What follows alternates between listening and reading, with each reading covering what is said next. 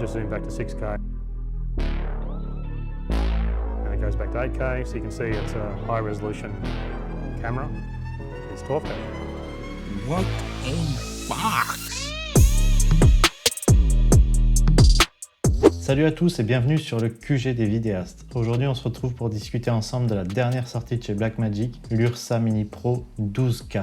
J'ai encore jamais fait de vidéo comme celle-là pour parler d'un produit tout juste annoncé que j'ai jamais eu entre les mains, mais je trouve que cette sortie, c'est vraiment l'occasion parfaite. Vous le savez peut-être déjà, mais Blackmagic et moi, c'est une longue histoire d'amour. D'ailleurs, la plupart de mon contenu est filmé soit avec l'Ursa Mini Pro G2 ou alors la Blackmagic Pocket 4K, comme la vidéo que vous êtes en train de regarder d'ailleurs. Au fait, au moment où je vous parle, la chaîne vient de passer le cap des 1000 abonnés. Alors ça peut n'avoir l'air de rien, mais moi je trouve ça ultra stylé. C'est méga cool que mon contenu vous donne envie de me suivre et j'ai vraiment hâte de voir où ça va nous mener, donc merci beaucoup. Du coup, ce qu'on va faire, c'est qu'on va reparler ensemble des caractéristiques de cette nouvelle caméra. Ce sera d'ailleurs l'occasion de discuter ensemble des avantages de la 8K, de la 12K et si c'est vraiment une révolution ou pas, d'après moi évidemment. Et on en profitera pour voir à quoi ressemblent les images qui sortent de cette caméra. J'ai téléchargé les plans pour vous. Bref, si on récapitule, cette nouvelle bête, elle est capable de filmer en 12K, en RAW 12 bits, jusqu'à 60 images secondes en 12K et 220 images secondes en 4K. Tout ça avec une licence perpétuelle pour le logiciel de post-production de Blackmagic et le tout pour moins de 10 000 €, hors taxe. Sans compter les avantages qui sont déjà présents sur l'Ursa Mini Pro, les filtres ND intégrés, les entrées audio XLR, les sorties vidéo SDI, le contrôle à distance, un enregistrement sur le support de votre choix et j'en passe. Bon, ça fait beaucoup de nombres, je vous l'accorde. La 12K pour commencer. C'est quoi et surtout à quoi ça peut bien servir? 12K, 12 000, ça veut en fait dire que l'image a une résolution de 12 228 par 6480 pixels. Pour comparaison, le Full HD c'est 1920 par 1080 et la 4K c'est 3840 par 2160. Alors vous me direz quel est l'intérêt de monter si haut alors que de toute manière, les écrans qu'on utilise et les TV sur lesquels on regarde sont presque tout en Full HD et en 4K et les télé 8K ne présentent pas beaucoup d'avantages en plus d'être extrêmement chers. En réalité, il y a pas mal d'avantages à être capable de filmer avec plus de pixels que la 4K. Je vais vous laisser dans la description de cette vidéo une excellente présentation de Linus Tech Tips à ce sujet-là, mais en résumé, une plus grande résolution, ça permet notamment de stabiliser plus efficacement, de zoomer et recadrer en pose sans perdre en qualité, de tracer d'éventuels effets spéciaux beaucoup plus finement, ou encore de supprimer beaucoup plus efficacement le bruit en post. Ce que disent les détracteurs, c'est qu'il aurait peut-être mieux valu un capteur plus grand que le Super 35 plutôt que de la 12K sur ce capteur. C'est une remarque légitime. Ce qu'il faut voir, c'est qu'un capteur plus grand, c'est bien, car la performance de la caméra en basse lumière est améliorée et on a un flou d'arrière-plan qui est plus prononcé. Mais la difficulté, c'est que Blackmagic n'a jamais fait de caméra à grand capteur. Du coup, la caméra aurait certainement été beaucoup plus chère, sans compter les objectifs pour capteurs plein format qui sont eux aussi beaucoup plus coûteux. Ce qu'ils disent côté Blackmagic, c'est que leur ambition, c'était de proposer de la 12K pour ceux qui en ont besoin, et ainsi d'avoir une caméra qui est capable de fournir une excellente 4K et 8K, puisque la caméra a plus de puissance à dispo pour ses résolutions. D'ailleurs, c'est pas parce qu'on roule en Ferrari qu'on roule tout le temps à 300. Par contre, quand on a besoin de rouler à 300, on est content de pouvoir. Mon avis perso, c'est que Blackmagic a principalement cherché à dimensionner sa nouvelle sortie en s'appuyant le plus possible sur l'existant. C'est le même boîtier, c'est la même taille de capteur, c'est quasiment le même layout de boutons et c'est le même système d'exploitation que l'Ursa Mini Pro. L'impact de tout ça, c'est que comme ce sont des technologies éprouvées, la caméra est beaucoup plus abordable que sa concurrence et on y reviendra. Et en plus, on a la possibilité pour les utilisateurs de migrer de la Mini Pro vers la Mini 12K sans avoir à remplacer les accessoires et les objectifs. Donc, un coût entre guillemets minime pour la mise à jour de sa caméra. Le truc intéressant, au-delà de l'image, c'est la nouvelle science des couleurs qui va accompagner cette mise à jour. Je vous explique ce que c'est la science des couleurs. Dans l'absolu, toutes les caméras font la même chose. Elles convertissent la lumière qui arrive dans le capteur en signal électrique, puis en image numérique. La science des couleurs, c'est tout simplement la composante logicielle de ce pipeline-là qui va interpréter le signal électrique en question pour construire l'image numérique. C'est en grande partie pour cette raison que si vous filmez le même plan avec un Canon, un Nikon, une Blackmagic ou une Red, vous n'aurez pas exactement les mêmes caractéristiques d'image et la même couleur. Et du coup, la nouvelle science des couleurs qui va être déployée sur l'Ursa 12K et l'Ursa Mini Pro G2, elle est magnifique. Comme je vous l'ai dit, j'ai téléchargé quelques plans de tournée avec la nouvelle Ursa 12K. Et comme vous pouvez le voir, malgré la compression YouTube et la réduction à 4K, ils sont superbes. Regardez les pots, regardez les détails dans les ombres, c'est vraiment génial. D'ailleurs, je vous mets des liens à dispo dans la description de ma vidéo pour télécharger ces quelques plans de test. Pour l'instant, la bêta n'est dispo que sur Mac, mais ça vous permettra de vous faire une idée du workflow. Bref, cette nouvelle science des couleurs, c'est un super pas en avant. Non, je pense que ce qui va vraiment être douloureux avec cette caméra, c'est le stockage. On parle de jusqu'à 60 images par seconde en RAW et à 12K, chaque image fait 80 mégapixels.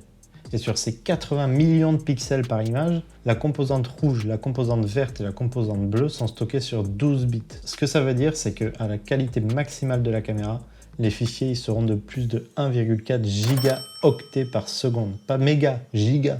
Votre carte mémoire fait 64 gigas, pleine en 45 secondes. Votre disque de 1 Tera, plein en 11 minutes. C'est phénoménal. L'avantage, c'est quand même que niveau chaleur, ça devrait le faire. Contrairement au Canon R5 qui est sorti il y a très peu de temps et qui a tendance apparemment à surchauffer à pleine puissance en raison de sa petite taille, l'Ursa, c'est un gros bébé. Et toute la partie arrière de la caméra est 100% dédiée au refroidissement. Encore une fois, le but, c'est pas de filmer en permanence à 12K 60 images secondes. Je soupçonne que les utilisateurs de ces machines de guerre l'utiliseront principalement en 8K, 24 ou 30 images secondes, ou alors en 4K pour les slow motion extrêmes. Parce que oui, 220 images secondes en 4K, c'est presque un ralenti de 10 fois en enregistrement continu. Une chose est sûre, c'est que les supports de stockage capables de lire et écrire à cette vitesse, ils sont très chers, et là encore, ce ne sera pas à la portée de tout le monde.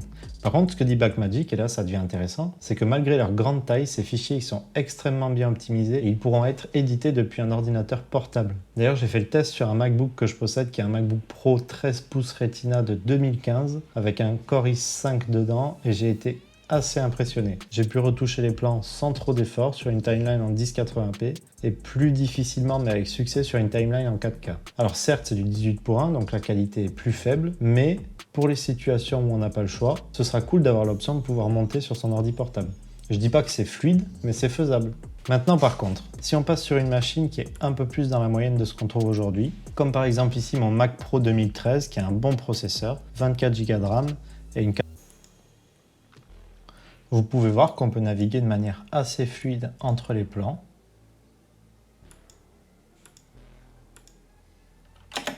On n'a pas de ralentissement notable, on peut lire la vidéo, on peut passer en plein écran sans trop de soucis. Pourtant c'est de la 12K même si la timeline est en 1080p. On peut par exemple ici aller dans l'onglet Color et appliquer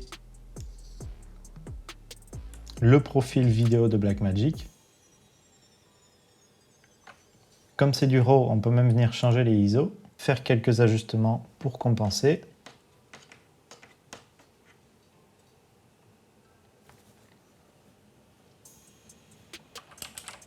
Au passage, vous voyez la beauté de l'image qui est là, qui est juste en sortie de la caméra, sans correction poussée. Bref, passons au plan suivant. On peut même aller faire un petit étalonnage manuel rapide.